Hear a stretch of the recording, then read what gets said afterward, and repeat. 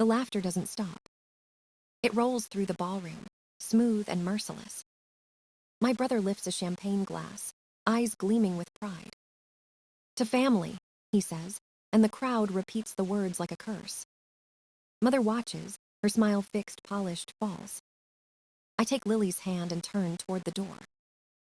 A waiter steps in front of me, blocking the way. Please, ma'am, the event isn't over yet.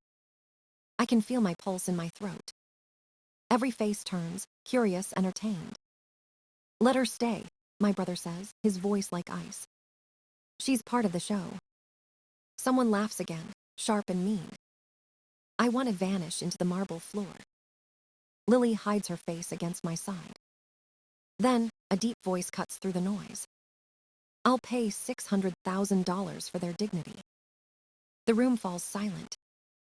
All eyes swing to the back. A man in a dark suit stands, calm, certain. The gold light glints off the papers in his hand. He steps forward, his shoes echoing against the marble. I'm Min Tran, legal representative of the late Mr. Lam Van Than. My brother's grin falters. Mother straightens, color draining from her cheeks. Min places the folder on a nearby table. Before his passing, Mr. Lam signed a second will. The air changes, heavy and electric. He opens the folder, pulling out crisp documents.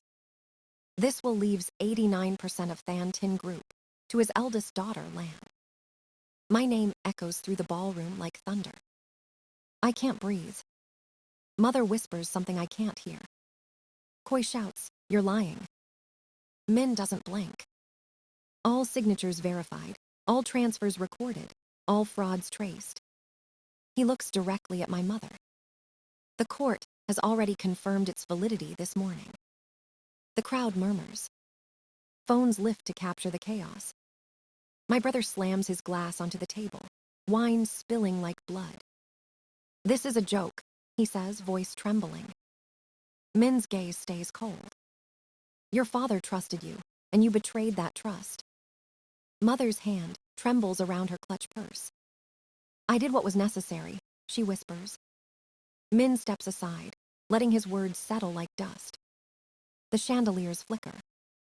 Some guests slip toward the exit, silent and uneasy. Lily squeezes my fingers, her eyes full of questions. I kneel, my voice shaking but clear. It's okay, sweetheart, we're leaving now. Min nods once, respectful. The legacy is yours, Ms. Lam, he says softly. The doors open, the cold night air spilling in. I take Lily's hand and walk forward, each step steady. Behind us, voices rise, anger, disbelief, shame. But I don't look back. The marble gleams beneath the chandeliers, bright as glass. For the first time in years, I feel something breaking free inside me. Not fear. Not pride. Just the quiet, rising sound of truth. The night air bites at my skin as we step outside. Lily clings to my arm, her small fingers cold and tight. The city glows, distant and uncaring, beyond the hotel gates. Behind us, chaos brews like a storm trapped in crystal walls. I can still hear Koi shouting, his words slurred with panic. Mother's voice trembles, desperate and furious all at once. Min walks beside me, calm as stone, briefcase in hand. Your father knew this day would come, he says quietly. I stop beneath the archway, heart pounding like thunder. He knew. Min nods once, eyes steady in the pale light. He recorded everything, every meeting, every transaction, every lie. The words sink deep, colder than the wind. I thought I had been forgotten, erased from the family name. But he was watching all along, silently protecting from afar. Why now? I whisper. Because you've proven yourself, Min replies. He opens the briefcase, revealing a small black drive and an envelope. This is your father's message. He left it for you. I take it with trembling hands. The envelope bears his handwriting, strong and deliberate. Inside is a single note. When strength is tested by cruelty, compassion is the truest proof of blood. Tears blur the ink before I finish reading. Lily looks up, sleepy but curious. Mom, is Grandpa helping us? I smile through the ache. Yes, baby, he never stopped. We walk in silence to the waiting car. The driver greets Min with a respectful nod. As the car moves, the city lights streak past like falling stars. Min studies the skyline, his voice thoughtful. Your father built Than Tin from nothing. He wanted to make sure the right hands held it after him. I lean my head back, memories flooding in. The smell of sawdust from his first office. The warmth of his laugh when I spilled coffee on his blueprints. The day he told me, work with honesty, not fear. Now those words carry new weight. Min hands me another folder. Inside are the company ledgers, hidden accounts, evidence of theft. I open it, scanning numbers that twist my stomach.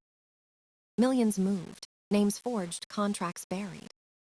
My brother's signature, my mother's initials. A family legacy, rewritten in deceit. Lily rests her head on my lap, whispering softly. Can we go home now? I stroke her hair, my voice barely steady. Yes, love, home. The car stops outside our small apartment building. Min steps out first, then turns back to me. There will be more to face tomorrow, he says. But tonight, you should rest. I nod, gripping the envelope. As he walks away, the city hums, alive with secrets. Inside, I set the black drive on the table beside the flickering lamp. It feels heavier than gold. I stare at it, knowing it holds the truth I've chased for years. Tomorrow, I'll open it. Tomorrow, I'll learn what it means to inherit not just power, but purpose. And tonight, for the first time, I believe I might be ready. The apartment is silent, except for the hum of the old refrigerator. Lily sleeps on the couch, her face peaceful under the quilt. The black drive waits on the table, small and heavy with meaning. My hands shake as I plug it into the laptop. The screen flickers, and then his face appears. My father looks alive, strong, his eyes filled with calm power. Hello, Lan, his voice says, steady as the ground itself. If you're watching this, it means Min has decided you're ready. My breath catches in my throat. He continues, his tone both proud and gentle. I know these years have been cruel to you. I watched from afar, trusting that pain would forge your strength. Every word cuts and heals at once. He reaches for something off-screen, then places a folder on his desk. This contains every share, every asset, every proof of ownership. I see the same leather folder Min carried earlier. You are the rightful leader of Than Tin Group, effective immediately. The words echo in the dim room. I can almost hear his old heartbeat in them. There's a trust for Lily, he adds, smiling faintly. Education, future safety, secured beyond anyone's reach. Tears blur the edges of the screen. He takes off his glasses, wipes them like he always did. You may feel anger. Don't let it guide you. Justice isn't revenge. It's restoration. He pauses, eyes glinting with emotion. Your mother and brother lost their way, but they are still your family. A lump forms in my throat. I think of the laughter in the ballroom, the pain in Lily's eyes. Show them what true leadership looks like, he says. Lead with strength, but never without grace. The video wavers, colors fading into static. His final words cut through the hum. I built Than Tin for people who believe in rebuilding. Now it's your turn. Take it further than I ever could. The screen goes black. For a long moment, I just sit there, breathing in the quiet. Outside, the city moves without pause. I wipe my cheeks and whisper, I'll try, Dad. Then I open the second folder Min left behind. Documents line up like soldiers, contracts, deeds, bank accounts. Each one a piece of a puzzle that now fits together. My name appears again and again, signed by him years ago. He had been preparing this all along. My chest tightens with gratitude and grief intertwined. Lily stirs on the couch, mumbling in her sleep. Mom, we're safe. I cross the room, kneel beside her and brush her hair back. Yes, sweetheart, I whisper. We're safe now. And tomorrow, we start again. I glance toward the window, where dawn begins to bloom. The first light spills across the floor, touching the folder like a blessing. The storm has passed, but the work has just begun. My father's legacy is no longer a burden. It's a promise. The elevator hums softly as it climbs to the top floor. My reflection stares back from the brass panel, calm but fierce. When the doors slide open, the office smells like memory and dust. Employees turn, whispers rising like wind through tall grass. Some recognize me, others only stare. Min walks beside me, steady as ever, his briefcase tight in hand. Everyone knows the news, he murmurs. They're waiting to see what you'll do. I nod, heart pounding but sure. The receptionist's eyes widen. Ms. Lan, welcome back. The words sink deep, heavier than she knows. I cross the marble floor toward my father's office. The door is still engraved with his name. Inside, everything remains untouched. The leather chair. The compass on his desk pointing north. His old mug with faded blue letters. Min closes the door quietly behind us. Your mother claimed she preserved his memory, he says. In truth, she preserved appearances while draining the company. I walk to the window, the city sprawling beneath. He places a thick folder on the desk. The audit team is ready. We can start as soon as you give the word. I open the folder, scanning figures that twist my stomach. Misused funds. Shell accounts. False contracts. Every page, a wound carved into my father's dream. How bad? I ask. Bad enough to destroy everything within a year, Min replies. I breathe in, slow and steady. Then we start today. I pick up the old fountain pen from the desk. The weight feels right in my hand. I want every transaction traced. Every name exposed. Every promise broken made visible again. Min nods, pride flickering in his eyes. You sound like him. I smile faintly. Maybe I finally understand him. The door opens slightly. A nervous woman from HR steps inside. Ms. Lan, there's a situation in the lobby. Your brother is here. With lawyers. I stand, smoothing my blazer. Have security bring them to the main conference room. The woman hesitates. And the staff, ma'am. They're worried about their jobs. I meet her gaze. No one loses their job because of my family's greed. Tell them that. Relief softens her shoulders. As she leaves, I slip my father's compass into my pocket. The needle swings, steady and sure. Min gathers the folders. The press is waiting outside, he says. They'll want a statement. Let them wait, I answer. First, I'll fix what's broken.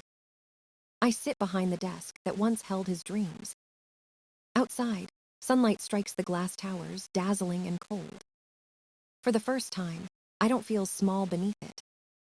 I sign the first order, my name flowing across the page. Every stroke feels like a vow. The past can't be erased, but it can be rewritten. And today, I begin. The morning light drips through the blinds like liquid gold. Min stands near the window, calm but watchful. They're here, he says softly. I nod, straightening my blazer, my pulse steady. The door opens. Mother steps in first, wrapped in elegance that no longer fits. Koi follows, pale and tired, his arrogance cracked. They hesitate at the threshold like strangers. Please sit, I say, gesturing to the wooden chairs across from me. Mother's perfume lingers in the air, faint and brittle. Lan, she begins, her voice trembling. You've changed. I meet her eyes. Maybe I've just stopped apologizing. Koi avoids my gaze, fingers twisting the edge of his jacket. Min stands quietly to the side, his presence sharp as truth. I open a folder, sliding documents across the desk. These are transfers you both approved. Company money hidden through false accounts. Your signatures are on every page. Mother exhales, a sound between anger and regret. You don't understand what it was like after he died. I understand enough, I reply. You protected the image, not the family. Koi finally looks up. We thought you were weak. We thought you'd never come back. I let the silence stretch until it hurts. Then you underestimated the wrong person. He flinches, shame flashing in his eyes. Mother's voice softens, weary. What do you want from us? Money. An apology. Public humiliation. I shake my head slowly. I want healing. Their confusion hangs thick in the air. You'll attend therapy. Twice a month. You'll rebuild your relationship with Lily under supervision. Mother blinks, tears glistening. You'd still let us see her. Yes, I whisper. She deserves a family that learns from its mistakes. Koi leans forward. Why give us that chance after everything? I trace my father's initials carved into the desk. Because he built this company after someone called him worthless. He proved them wrong by building something good. That's the legacy I choose. Min clears his throat quietly. You have 24 hours to sign the agreement, he says. Mother nods weakly, clutching her purse like a shield. As they rise, I see the exhaustion in their faces. At the door, Koi pauses. I'm sorry, he murmurs. I nod once. Then start acting like it. The door closes behind them, leaving only quiet. Min turns toward me, eyes warm with pride. Your father would be proud, he says. I sink back into the chair, the weight of the moment pressing down. Sometimes I wonder if I'm too soft, I admit. He didn't build this empire with cruelty, Min replies. He built it with second chances. Through the window, I watch them cross the parking lot, small in the sunlight. The compass in my pocket hums faintly, pointing north. For the first time, the direction feels like peace. Snow drifts softly outside the tall glass windows. The lobby glows with warm lights and evergreen garlands. Children laugh near the giant Christmas tree, arms full of gifts. Lily stands among them, her red scarf bright as joy. She reads each name tag carefully before handing out presents. Her voice carries across the room, clear and full of kindness. This one is for Min, she says, smiling wide. I watch her from the corner, pride swelling in my chest. Beside me, Min sips hot cocoa, his eyes kind and steady. She has your heart, he murmurs. And your father's courage. Across the room, Mother stands behind the refreshment table. No diamonds, no pearls, just a simple sweater and calm hands. She pours cocoa for the guests, asking each name with care. Koi helps a group of volunteers stack gift boxes by the door. He moves slower now, humbler, learning the weight of sincerity. The sound of quiet forgiveness hums beneath the chatter. I breathe it in like clean air. The company feels alive again, not just successful but human. Min glances toward me. The foundation is thriving, he says softly. Your father's dream has become something greater. I nod, watching the tree shimmer with tiny lights. Each branch holds photographs of families we've helped this year. Faces of hope, laughter, survival. Lily adds one more, our family photo from last month. Her small fingers pin it carefully near the top. Mother steps closer, her eyes misty. He looks so proud in that picture, she whispers. I turn and see the image, my father's smile frozen in time. He was always proud, I answer. We just didn't always notice. Koi joins us, snow still melting in his hair. For once, he says quietly, I think he'd forgive us. Lily runs to me, her cheeks flushed pink. Mom, can we put Grandpa's photo on the tree too? The question stills the room. Mother's hands tremble, and Koi exhales shakily. I kneel beside her. Yes, sweetheart. Right next to ours. We lift the frame together, hanging it among the others. The lights catch his face, reflecting gold through the glass. For a moment, it feels like he's here again, watching. Guests begin to clap softly, sensing something sacred. I take a deep breath, letting it settle inside me. This is what he wanted: connection, not control. Healing, not revenge. Outside, snow swirls in endless white loops across the city. Min joins me at the window, his tone gentle. "You've rebuilt more than a company," he says. "You've rebuilt a family." Lily waves goodbye to the last guests, laughter trailing behind her. Mother gathers empty cups, humming a tune from years ago. Koi helps her, steady, patient. The room grows quiet again, filled with peace instead of pride. I touch the compass in my pocket, its needles still true. We've all found our direction at last. The snow keeps falling, soft and endless, over a world finally made whole. The building is quiet now, wrapped in silver twilight. I stand in my father's old office, the city glittering below. The leather folder lies open on the desk, pages soft with age. Beside it rests his compass, the needle steady toward the north. Lily's laughter still echoes faintly from the lobby downstairs. I trace my father's initials, carved into the desk corner. Everything he built was meant to outlast pride and fear. He taught me that real strength isn't loud, it's steady. It forgives, rebuilds, endures. I look at the skyline, the snow still falling, gentle and sure. Each flake catches the light like a memory reborn. Min's words return to me. "You've made his dream your own." Maybe that's true. But it feels more than a dream now. It's a legacy made of people, of hearts that healed. The kind of wealth no balance sheet can ever measure. I whisper a thank you into the still air. Not for the company, not for the power, but for the second chance. The compass gleams one last time beneath the fading light. And for the first time, I know I'm exactly where I'm meant to be.